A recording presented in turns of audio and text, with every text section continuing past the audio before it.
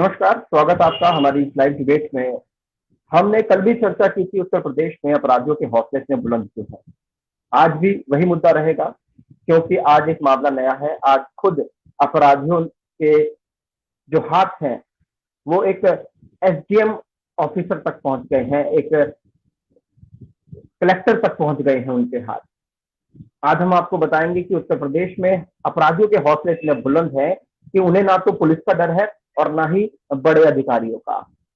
अपराधियों के हौसले इतने बुलंद हो चुके हैं, इसका अंदाजा आप इसी बात से लगा सकते हैं कि मथुरा में बदमाश डिप्टी कलेक्टर के आवास पर पहुंच जाते हैं और उनको धमकी देते हैं कि देख लेंगे तुमको।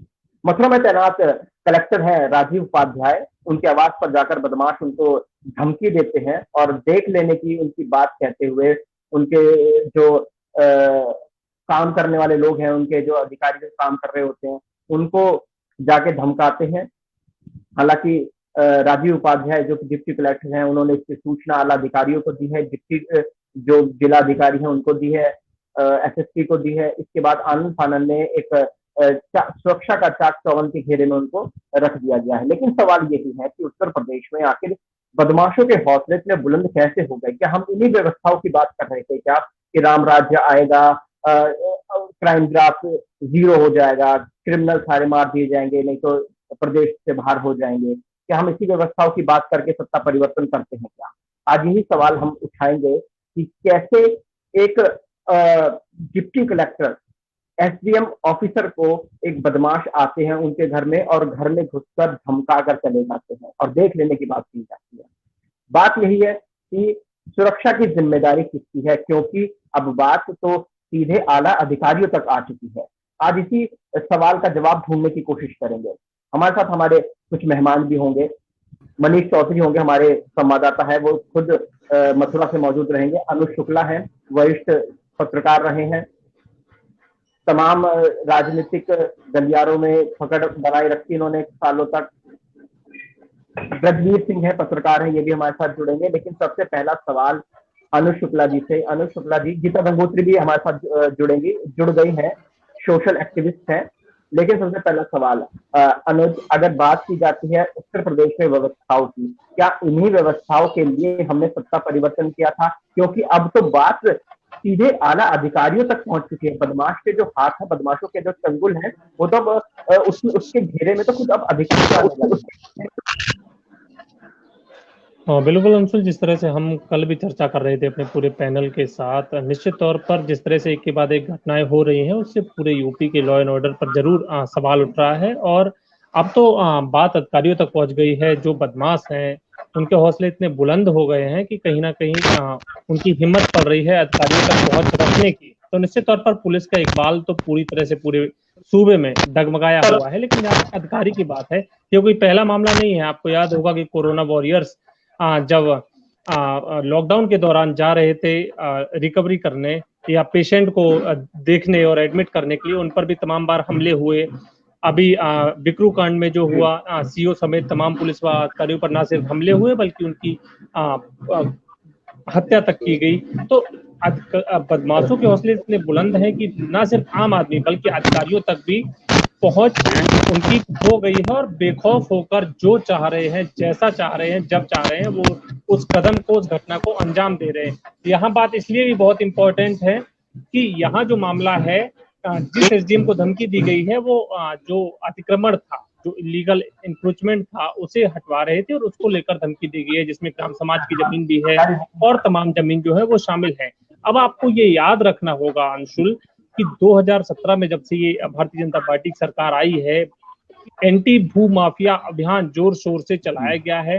तमाम भू माफियाओं को जो लंबे समय से पिछले सपा बसपा की सरकारों के दौरान जो कब्जे किए गए थे, उन्हें हटवाने का ये सरकार दावा कर रही है। लेकिन जो अधिकारी, जो इम्प्लीमेंटेशन अथॉरिटी है अपने आप में लोकल स्तर पर, जब वो हटाने जाएगा तो क्या उसे इस तरह की धमकी मिलेगी? क्या इस प्रकरण के बाद बाकी अधिकारियों की जो अपने परिवार के साथ दूसरे जिलों में रह रहे हैं, क्या उनकी हिम्मत पड़ेगी बड़े बड़े जो भू माफिया हैं उनके खिलाफ कोई एक्शन लेने की? सरकार को तुरंत इस पर कड़ी से कड़ी कार्रवाई करनी चाहिए, जिससे बाकी अधिकारियों को सिक्योरिटी का फील हो और दूसरा बदमाशों के हौसले बुलंद ना हो। एक और बात इंपॉर्टेंट है अंशुल यहाँ पर, आईएएस एसोसिएशन का इस पूरे मामले पर, भले ही पहले कुछ मामले रहे हो या अभी ताजा तरीन ये उपाध्याय जी का मामला हो, आईएएस एसोसिएशन का जो रवैया है वो कहीं ना कहीं अनएक्सेप्टेबल जरूर है, क्योंकि आईएएस एसोसिएशन की तरफ से किसी भी तरह का कोई बयान नहीं आया है। हालांकि कड़े शब्दों में अगर निंदा होती तो निश्चित तौर पर बाकी जो आईएएस पीसीएस अधिकारी हैं उन्हें हौसला जरूर मिलता। पीसीएस एसोसिएशन भी पूरी तरह से शांत है। आपको याद होगा कि पूर्व जो नौकरशाह है उन पर जब एफआईआर की गई, आईएएस एसोसिएशन ने कोई बयान नहीं दिया। पीसीएस एसोसिएशन भी इस पूरे प्रकरण में कहीं भी नजर नहीं आ रही है। तो क्या ये माना जाए कि अधिकारी भी अब ये नियत मानकर बिल्कुल चुप बैठे हुए हैं कि अधिकारियों को धमकी मिलती रहेगी और उनकी एसोसिएशन शांत बनी रहेगी? ये भी समस्या हो रही है कि जो अधिकारी हैं उन, और ये भी हो सकता है डर हो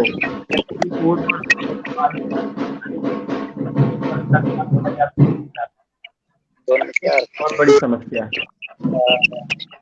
गीता जी हमारे साथ हैं। गीता जी, अगर बात उत्तर प्रदेश जाती है, लॉ एंड ऑर्डर की कर ली जाती है, अब तो अधिकारी भी आवाज थोड़ी कम आ रही है अंशुल जी, आवाज थोड़ी कम आ रही है।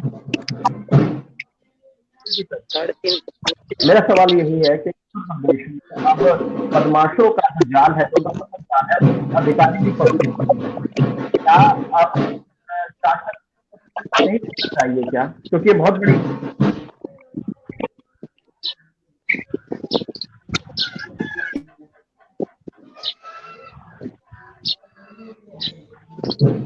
गीता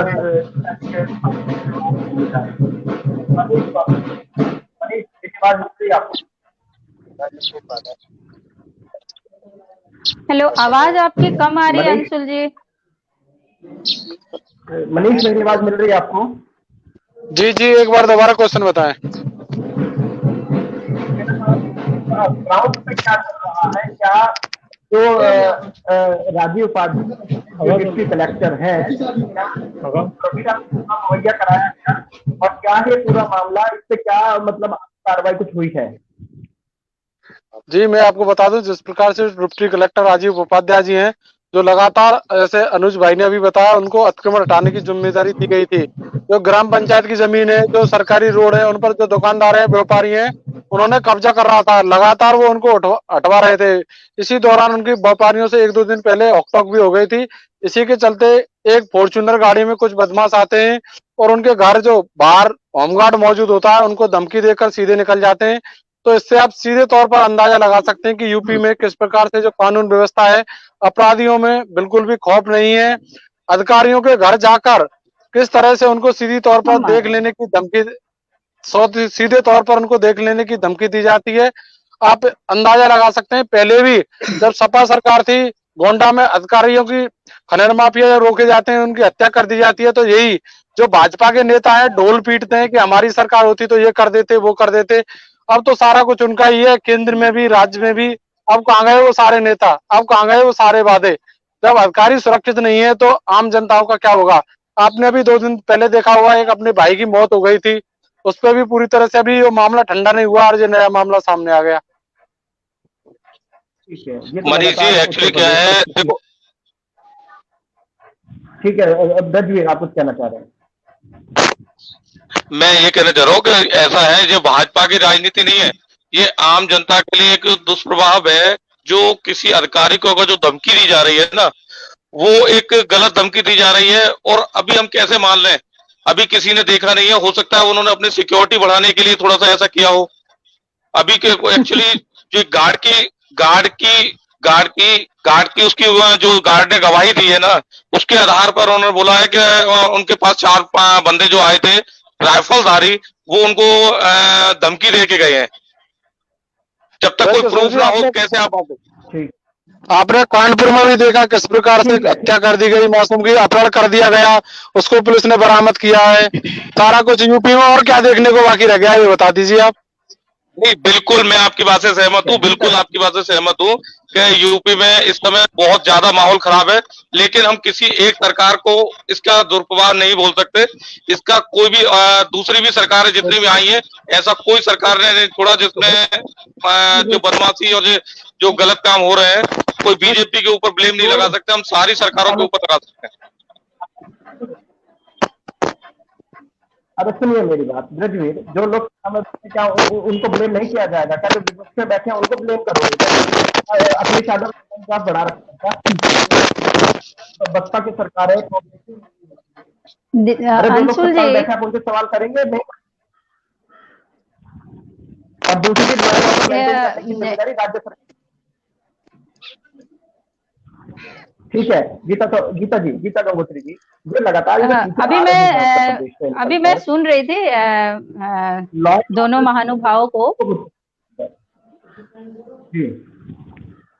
तो इन्होंने कहा कि पहले सपा के शासनकाल में भी है और केवल राज्य सरकार जिम्मे। तो आप बता दीजिए कि हमें अगर अपराधियों से डर लग रहा है तो हम क्या विपक्षी के पास ही जाए ना? आप जब जिम्मेवारी नहीं लेंगे तो हम कहाँ जाएंगे? कौन जिम्मेवारी लेगा? मजिस्ट्रेट, उप जिला मजिस्ट्रेट कोई छोटा मोटा पोस्ट नहीं है, और उनको 4 बंदूकधारी, राइफलधारी और एक पिस्टलधारी, ये कोई ऐसे अपराधी नहीं है, ये सब बायोफाइड अपराधी हैं। ठीक है, वो आते हैं। आपने कहा कि वो सुरक्षा बढ़ाना, क्यों नहीं सुरक्षा बढ़ाई जाए? क्यों नहीं सुरक्षा बढ़ाई जाए? अगर उनको लगता है, ये तो और दुखद बात है भाई कि उनको इस तरह का सहारा लेना पड़ रहा है, यानी कि कोई सुन नहीं रहा है उनकी।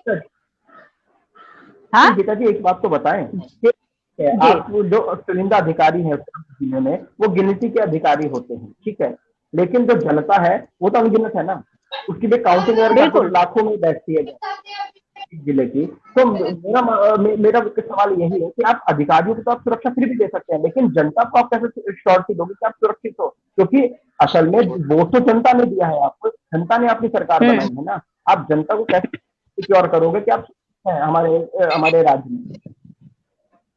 देखिए, अगर कोई किसी को देखिए, ये आपराधिक तत्व है या कारण हमको ढूंढना पड़ेगा कि क्या कारण है। कारण इसमें साफ है कि अतिक्रमण हटाया जा रहा है, जिससे कि संक्रमण जो है कोविड-19 का वो ज्यादा ना फैले, ये कारण ये है। या ग्राम सभा वगैरह की जो बिल्डिंगे हैं, जो दुकानें हैं, उनको उनपे जो वो कब्जा हटाने वाली बात, तो ये तो ड्यूटी तो वो करेंगे ही करेंगे।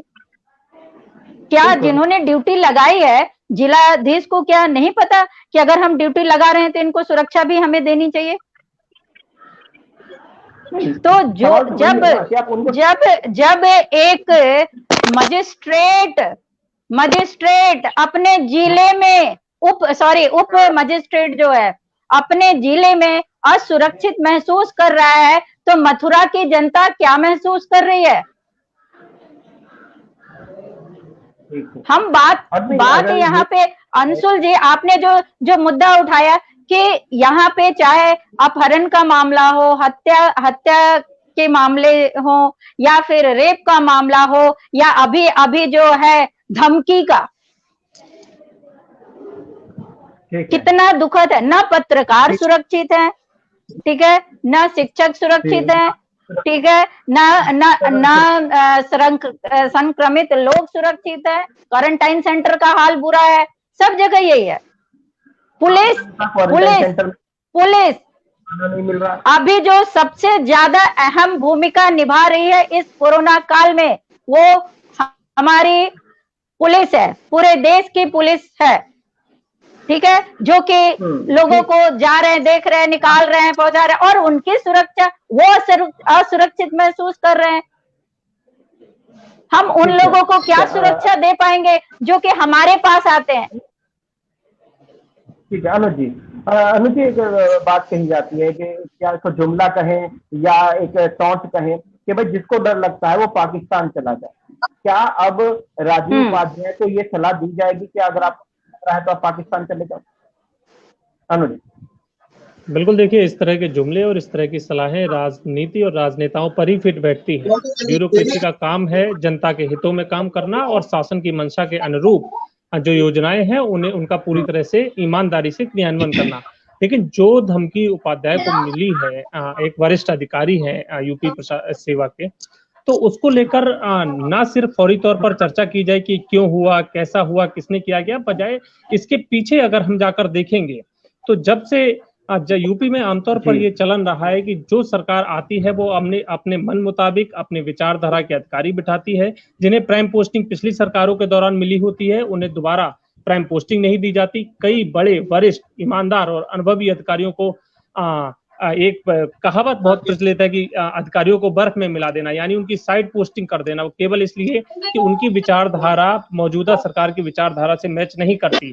और जो अधिकारी जिन्हें अनुभव नहीं है, जो 2009, 2011, 2012, 2013 बैच तक के जो आईपीएस हैं, उन्हें अब जिले की कमान सौंपी जा रही है। तो उसको लेकर हम कह सकते हैं कि वरिष्ठ और अनुभवी अधिकारियों की जो अनदेखी है वो भी कहीं ना कहीं जिम्मेदार है, क्योंकि उन्हें पता है कि जिले की कमान अगर हमें मिली है तो उन्हें कैसे चलाना है, बजाय उनके उन्हें पीएससी में और तमाम जो पीएचक्यू में अटैच करना, ट्रेनिंग सेंटर में भेजना, पीएससी की तमाम जो अलग अलग बटालियन है उसमें अटैच करना। ये दिखाता है कि कहीं ना कहीं जो वरीयता दी जा रही है उसमें अनुभव को दरकिनार किया जा रहा है। ये भी एक महत्वपूर्ण रीजन है। और ये प्रकरण होने के बाद यूपी सरकार को सभी अधिकारियों की, खासतौर पे उन अधिकारियों की जो भूमाफिया, एंटी भूमाफिया अभियान में लगे हुए हैं, जगह जगह पर इंक्रोचमेंट हटा रहे हैं, उन्हें तत्कालिक सुरक्षा मुहैया कराना चाहिए और उन्हें विश्वास दिलाना चाहिए कि सरकार की मंशा के अनुरूप आप काम करते रहिए, एंटी भूमाफिया अभियान जोर शोर से चलाते रहिए और सरकार उनके साथ है। इसमें एक महत्वपूर्ण सवाल ये भी है कि सरकार को, सरकारी नुमाइंदों को, जनता के प्रतिनिधि जो आज की डेट में सरकार का एक महत्वपूर्ण हिस्सा है, उन्हें भी ये बात बहुत अच्छी तरीके से पता है अंशुल कि एंटी भूमाफिया अभियान यूपी में चलाना आसान नहीं है, क्योंकि जो भूमाफिया है वो पावरफुल है। या तो पिछली सरकार की शह मिली है या इसी सरकार में कहीं ना कहीं स्थानीय स्तर पर या प्रादेशिक स्तर पर शह मिलने के बाद ही लोग जमीनों पर कब्जा करते हैं। आम आदमी को मैंने तो नहीं सुना कि जमीन पर कब्जा करते हुए। तो उस तरह के लोगों के खिलाफ अगर अभियान चलाना है तो बहुत जिम्मेदारी से और बहुत मजबूती के साथ सरकार को क्रियान्वयन करना चाहिए, तभी अधिकारी भी सुरक्षित रहेंगे और सरकार का और खासतौर पर मुख्यमंत्री का जो ड्रीम प्रोजेक्ट है सभी जमीनों को कब्जा मुक्त कराना, वो पूरी तरह से सक्सेसफुल होगा। अनुज, ठीक आपने बात की कि एंटी भूमाफिया अभियान चलाना बड़ा ही मुश्किल है, लेकिन एंटी शब्द से मिलता एक और अभियान था, एंटी रोमी अभियान, वो भी नहीं चला पाई सरकार। तो आप बात कर रहे हो एंटी भूमाफिया, ये तो बड़े बड़े माफिया बैठे हुए हैं, अब ये उन्हीं की करामात है जो बदमाश एक एसडीएम को उनके अंदर जाकर। तो सरकार तो ना रोमियो वाला अपना अभियान चला पा रही है, ना ही एंटी भूमाफिया वाला। चलिए ठीक है, सरकार की शायद यही व्यवस्था है। गीता जी कुछ कहना चाह रही है? मैं ये कहना चाह रही हूँ कि जितने भी बदमाश है, अपराधी है, जब वो पकड़े जाते हैं तो कहीं ना कहीं किसी पार्टी के नेता का नाम लेने लगते हैं, ठीक है। तो उनको वो कहाँ से उनको हिम्मत होती है किसी का नाम लेने का, कहाँ से? हाँ, तो कहीं ना कहीं हम अपने आप में नहीं, कह देना कि जंगल राज हम खत्म कर देंगे, कह देना कि जंगल राज खत्म करके हम राम राज स्थापित, सिर्फ राम लला की मूर्ति स्थापित कर देने से राम राज स्थापित नहीं होगा। राम राज्य का मतलब है सुकून, राम राज्य का मतलब है निर्भीकता, राम राज्य का मतलब है जहां बाघ बकरी सब एक साथ एक पनघट पे पानी पिए, जहां लोग प्रेम और सौहार्द की भावना से रहें, एक इंसानियत और इंसान के रूप में। मानवतावादी जब तक समाज नहीं होगा तब तक इस तरह के लोग तो रहेंगे, ठीक है, इस तरह के लोग तो रहेंगे ही रहेंगे। कल भी 15 आईपीएस अधिकारियों को ट्रांसफर कर दिया गया, जिसमें कानपुर के जो जिलाधिकारी एसएसपी हैं वो भी कुछ शामिल रहे हैं। तो सरकार तो चाहती है कि अधिकारियों का ट्रांसफर करो, आईएएस लॉबी का ट्रांसफर करो। कौशिक जी, कौशिक जी, क्या सुनीता यादव के केस में हम कुछ नहीं देख पा रहे हैं क्या? एक कांस्टेबल जो इतने बुलंदी के साथ लड़ रही है, किस लिए लड़ रही है वो? क्योंकि उसने किसका विरोध किया? उन लोगों का ही तो विरोध किया जो कि कानून के खिलाफ काम कर रहे हैं। तो क्या एक जो रसूखदार लोग हैं उनको कानून तोड़ने का अधिकार है? तो हम देख रहे हैं कि कहीं ना कहीं ये बेचारे बहुत ज्यादा डरना स्वाभाविक है भाई। वो किसी बड़े लोग को डांट नहीं सकते हैं, उनकी गाड़ी कहीं सही जगह पे पार्क नहीं करा सकते हैं। तो अगर कोई धमकी दे रहा है तो उसमें भी हमने देखा कि उनको कहा गया जिलाधिकारी के द्वारा कि पहले आप एफआईआर दर्ज कराइए, फिर हम जांच करेंगे, फिर हम देखेंगे आपको सुरक्षा की जरूरत है कि नहीं है। तब तक कोई आएगा, मारेगा, जाएगा। इतने देर की कौन लेगी रिस्पॉन्सिबिलिटी जब तक ये सारे प्रोसीजर पूरे होंगे? अब उत्तर प्रदेश में विपक्ष को भी सुन लीजिए। जैसे कुलदीप जी आए हैं, बड़ा लेट आए हैं। कुलदीप जी, आपका बहुत बहुत स्वागत। कुलदीप जी, इसी व्यवस्था जो बन रही है उत्तर प्रदेश में, क्या इसी रास्ते ही लॉ एंड ऑर्डर मेंटेन होगा? क्योंकि कल तो खुद जो कलेक्टर है, डिप्टी कलेक्टर है, उनके दफ्तर, उनके आवास पर घुसकर बदमाश घुस गए हैं उनके आवास पर और धमका देते हैं उनको कि भाई देख लेंगे तुम। क्या यही राम राज्य की बात कर रहे थे क्या हम लोग पहले? हेलो जी जी, कुलदीप जी बोलिए। हेलो बोलिए जी, ये सरकार एकदम फेल सरकार है। इस सरकार पर की ना कोई सोच है, ना गरीब के लिए, ना मजदूर के लिए कोई सोच नहीं है। इस सरकार का काम केवल इस जनता को उल्लू बनाने का काम रह गया है, झूठ बोलने का काम रह गया है। ये सरकार कोई काम नहीं कर रही है। नहीं, आप कैसे कह सकते हैं कि नहीं कर रहे हैं? तो लगातार दावे कर रहे हैं। क्या काम कर रहे हैं? दावे तो करना तो उनका काम ही है। मोदी से लेके योगी तक पूरी भाजपा केवल झूठ का धड़न तो करती है, केवल झूठ तो बोलती है, झूठ बोलने का काम तो करती है ही। और काम ही क्या करती है? सिवाय झूठ बोलने का काम करती है। कोरोना में भी इतना बड़ा जनता के साथ होगा कि कुलदीप जी, अगर आप सुरक्षित हैं तो इस सरकार में सुरक्षित हैं, अन्यथा किसी सरकार पर आप इतने सुरक्षित नहीं थे, आप इतना बोल नहीं सकते थे किसी भी सरकार के खिलाफ। ये वही सरकार है जिसके खिलाफ आप बोल रहे हैं और आप सुरक्षित बैठे हुए हैं। आप मैं बोल रहे हैं सरकारों के खिलाफ। यहाँ पे मैं कुलदीप जी की बात नहीं है, ऐसी कोई बात नहीं है कि सरकार के खिलाफ हम बोल रहे हैं। अलग तरीके से बहुत तत्परता के साथ लगे हुए हैं। हर दिन मीटिंग करना, जाना, लोगों से बातें करने, एक एक करके सभी को सुनाई देगा ना, एक एक करके है कि वो तो कोशिश में पूरे हैं कि राम राज्य स्थापित हो जाए, लेकिन अपराध ज्यादा ताकतवर हो जा रहे हैं। नहीं, अपराध अपनी जगह पर ताकतवर, बिल्कुल आपका मानना सही है, लेकिन अपराध एक जरूरी नहीं है कि ये बीजेपी सरकार से ताकतवर हो रहा है। अपराध तो पहले से ताकतवर है ना।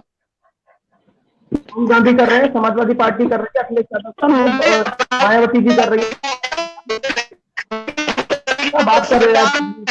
लेकिन हम यह कह सकते हैं कि जिस सरकार में अपराधियों को के लिए अपराधियों का साथ देने जिस तरीके से सरकार देती है, ऐसा किसी सरकार में नहीं होगा।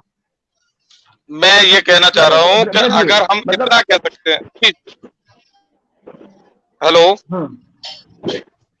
बोलिए, हेलो, आपकी बात का जवाब आप बोलिए, उसकी बात को मैं। हेलो, आवाज नहीं, वॉल्यूम, वॉइस नहीं आ रही आपकी। अरे आप बोलिए ना। हेलो, हाँ, मैं ये कह सकता हूँ। मैंने बताया ना सर जी, ये सरकार का काम। जी जी जी, बोलिए बोलिए कुलदीप जी, बोलिए। नहीं, आप अपनी बात पूरी कीजिए पहले। मेरा कहना यह है कि देखो, इस बात का सरकार का ये दोष है कि खाली जिस सरकार में अधिकारी सुरक्षित नहीं है जी, उस सरकार में जनता क्या सुरक्षित होगी। इनका, कुलदीप जी का कहना यह है, मैं ये मानता हूं कि अगर अधिकारी को धमकी मिल रही है तो जो आम जनता है उसका क्या। हेलो, जी उसका क्या हो, ठीक है, क्या हो? जी, सही बात। कुलदीप जी, आप आम जनता का क्या हाल होगा अगर जब अधिकारी को धमकी मिलेगी? तो आम जनता का तो निकलना दुश्वार है। अभी कुछ दिन पहले की घटना है, 100 करोड़ की हमारे मथुरा। हेलो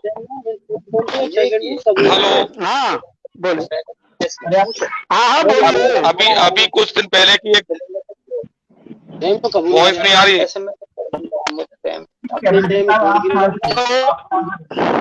पूरी नहीं, ठीक है, अनु शुक्ला जी, लगातार ये बातें की जाती है कि सत्ता परिवर्तन से लॉ एंड ऑर्डर मेंटेन कीजिए। क्या आपको लगता है कि बार बार सत्ता बदलने लॉ एंड ऑर्डर आएगा? क्या अगर सत्ता बदल दी जाएगी तो क्या संस्थाओं में भी बदलाव आएगा? क्या ये चीजें हम देख सकते हैं? क्या आप सोच सकते हैं? देखिए अंशुल, सबसे पहले हमें ये बात समझना होगा कि ये बात जरूर है कि जब जनता सत्ता का परिवर्तन करती है तो नई जो सरकार आती है उससे जनता को तमाम उम्मीदें होती हैं। लेकिन सत्ता में बैठे शीर्ष लोगों को ये बात समझनी चाहिए कि हमें काम उन्हीं पुराने अधिकारियों से कराना है जिनके ऊपर पुरानी सरकार की भी जिम्मेदारी थी, उससे भी पुरानी सरकार की जिम्मेदारी थी। मतलब सत्ता बदलती है, नेता बदल जाते हैं, मुख्यमंत्री के चेहरे बदल जाते हैं, लेकिन अधिकारी जो वाकई में सरकारी काम करने के लिए जिम्मेदार होते हैं वो अधिकारी नहीं बदलते। हाँ, ये जरूर है कि सरकार बदलने और सरकार की मंशा के अनुरूप अधिकारी अपना काम करने का तौर तरीका, अपना रवैया जरूर बदलते हैं। लेकिन जिस तरह से ये नई सरकार अधिकारियों पर आकर पूरी तरह से डिपेंड हो गई है, उनकी डिपेंडेंसी इस हद तक है कि जो अधिकारी इनपुट मुख्यमंत्री को दे देंगे वही सही होगा। अगर कोई जनप्रतिनिधि, अगर कोई विधायक, अगर कोई मंत्री को इनपुट देता है तो उसे मौजूदा समय में दरकिनार किया जा रहा है। तो इस बात को बहुत अच्छी तरीके से समझना चाहिए और लॉ एंड ऑर्डर मेंटेन तभी होगा जब पूरी एक ब्रॉड रणनीति बनाई जाए। केवल एनकाउंटर करने से हल नहीं निकलते। आप पुलिस को मजबूत भी करना होगा, पुलिस को मोरल पुलिसिंग भी सिखानी होगी, पुलिस रिफॉर्म की भी बात करनी होगी, उनके इंफ्रास्ट्रक्चर को बहुत मजबूत करना होगा, साइबर सिक्योरिटी को, साइबर सेल को बहुत मजबूत करना होगा। और इसके साथ साथ जो पुराने रवैये हैं, मसलन आज भी साइकिल भत्ता मिलता है पुलिस को, आज भी पुलिस को केवल एक रात में टॉर्च मुहैया कराई जाती है, उनके पास आधुनिक संसाधन नहीं है और पुलिस में मैन पावर की भी बहुत ज्यादा कमी है। मसलन अगर 10,000 लोगों के बीच में, 5,000 लोगों के बीच में एक पुलिस चौकी है तो उसमें सिर्फ 4 सिपाही और एक एएसआई और एक एसआई वहां पर तैनात है। मैन पावर को भी बढ़ाना होगा, एक बहुत बड़े नेटवर्क को तैयार करना होगा अगर यूपी ऐसे पुराने आपराधिक अगर प्रदेश को सुधारना है तो। और दूसरी बात यह भी है महत्वपूर्ण कि अधिकारियों की तैनाती के दौरान जो तमाम अलग अलग तरह के क्राइटेरिया फॉलो किए जाते हैं, जिन्हें विस्तार से यहाँ बताना मैं ठीक नहीं समझता। यूपी की ब्यूरोक्रेसी के बारे में लगभग सब लोग समझते हैं कि यहाँ किस तरह से तैनाती मिलती है, किस तरह से ट्रांसफर किए जाते हैं। और सबसे महत्वपूर्ण बात यह है कि भले पीपीएस हो, आईपीएस हो, पीसीएस हो, आईएएस हो, जो भी ए ग्रेड के अधिकारी हैं उनकी एसोसिएशन, उनमें बैठे हुए पावरफुल अधिकारी अपने माथत जो अधिकारी काम कर रहे हैं उन्हें बचाते हैं और जो छोटे लोग हैं, सिपाही स्तर के, एएसआई, हेड कांस्टेबल, इन पर गाज गिराई जाती है किसी भी घटना की। तो जब तक जिम्मेदारी तय नहीं होगी बड़े अधिकारी पर, तब तक अपराध का खात्मा होना लगभग नामुमकिन सा नजर आ रहा है इस प्रदेश में। ठीक है गीता जी, आपका आखिरी कमेंट। क्या जो ये जो सत्ताधारी दल है, क्या सिर्फ इनका दोष है या जो अधिकारी हैं इस व्यवस्था के पीछे जो काम करते हैं, ग्राउंड पर आके काम करते हैं, क्या इनका भी कहीं ना कहीं दोष है? और अगर दोष है भी तो कितना दोष है सत्ताधारी पक्ष का और अधिकारियों का, प्रशासन का? जल्दी अपनी बात खत्म कीजिए। बिल्कुल, देखिए अंशुल जी, ऐसा है कि सरकार जो है कहीं ना कहीं बहुत सारे सुधार, बहुत सारी नई नई योजनाएं ला रही है ताकि जो राज्य है उत्तर प्रदेश जो है वो उत्तम प्रदेश बन जाए और जो जंगल राज है वो खत्म हो जाए, राम राज आ जाए। लेकिन कहीं भी अभी तक बहुत संतोषजनक परिणाम या कहे कि बहुत ज्यादा अनुकूल परिणाम हमें देखने को नहीं मिल रहा है। ये हम धड़ल्ले से नहीं कह सकते कि पूरी तरह से नाकामयाब हो गई या सफल हो गई या फिर वो प्रयत्नशील नहीं है या सरकार नहीं है। लेकिन यहाँ पे मुझे अब लग रहा है कहीं कोई ना कोई हमसे ये चूक। ठीक है मनीष मनीष बहुत ज्यादा जो आई है कि अगर उस तरह का कोई भी चीज वो नजर आ रहा है, कहीं आ रहा है, तो वो पुलिस की मदद करे। तो पुलिस खुल के मदद नहीं कर पाते हैं। ठीक है, हम भी जो है जाम साहब अपने घरों का दरवाजा बंद है, तो क्राइम को में करना सिर्फ पुलिस की जिम्मेवारी है, सरकार की, हमारी भी जिम्मेवारी है, और हमें भी देना होगा करना है कि अगर हम पे किस की परेशानी है तो हम उनका मजाक पर्पज से उन्होंने ये सब चीजें कही हैं। ऐसा भी कुछ चीजें निकल कर आ रही हैं क्या?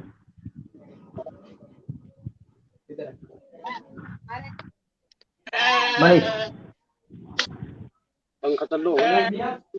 जी जी दोबारा बताएं। ग्राउंड पर क्या चल रहा है? जो चिट्ठी डिप्टी कलेक्टर ने डीएम को लिखी है, क्या इस पर भी कोई जांच की जाएगी या सीधा सीधा कार्रवाई की जाएगी या उन लोगों को सर्च किया जाएगा जिन्होंने ये सब धमकी दी है डिप्टी कलेक्टर को? जी दोनों पहलुओं पर जो जिला प्रशासन है उस पर दोनों तरह से देख रहा है कि क्या जो होमगार्ड ने जो बात बताई है वो सच है या नहीं है। जो डिप्टी कलेक्टर है उनकी भी कहीं ना कहीं सुरक्षा बढ़ा दी है, लेकिन धमकी मिलने के बाद वो कल भी पूरे दिन जो कोरोना के चलते लॉकडाउन लगा गया वो फील्ड में थे, चौराहों पर उन्होंने निरीक्षण किया, लगातार वो अपनी जो कर्तव्य है उनको लगातार निभा रहे हैं और जो पुलिस प्रशासन है वो अपना काम कर रहा है। लेकिन मेरा गीता जी से साफ तौर पर एक सवाल है, इन्होंने कहा कि रामराज जाएगा, क्या आपको ऐसा लगता है कि रामराज जब आएगा? ठीक है ठीक है ठीक है ठीक है। अब टाइम की शॉर्टेज है, सवाल का नहीं, जवाब का समय है। सवाल बहुत हो गए, अब सवाल का हम ढूंढने निकले हैं। ठीक है, आप सभी मेहमानों का बहुत बहुत शुक्रिया। अनुज शुक्ला आपका बहुत बहुत शुक्रिया। गीता गंगोत्री जी आपका भी बहुत बहुत शुक्रिया। मनीष आप हमसे जुड़े, आपका भी बहुत बहुत शुक्रिया। लेकिन सवाल यही है कि जो राम राज्य की बात की जाती है, जो सुशासन की भी बातें की जाती है सरकार में, क्या वो राम राज्य धरातल पर भी दिखाई देगा या सिर्फ एक अपर लेवल तक सीमित रह जाएगा? क्योंकि सबसे ज्यादा जरूरत सुरक्षा की, संरक्षण की तो आम जनता को है। लेकिन अगर पिछला कुछ समय से देखा जाए, ना ही डॉक्टर, ना ही पुलिस, ना ही विधायक और अब अधिकारी जो निकल कर आ रहे हैं, ये भी सुरक्षित अब नहीं है। ये भी अपनी सुरक्षा की गुहार लगा रहे हैं अपने बड़े अधिकारियों से। सवाल यही है, सुरक्षा देगा कौन? फिलहाल इतना ही, नमस्कार।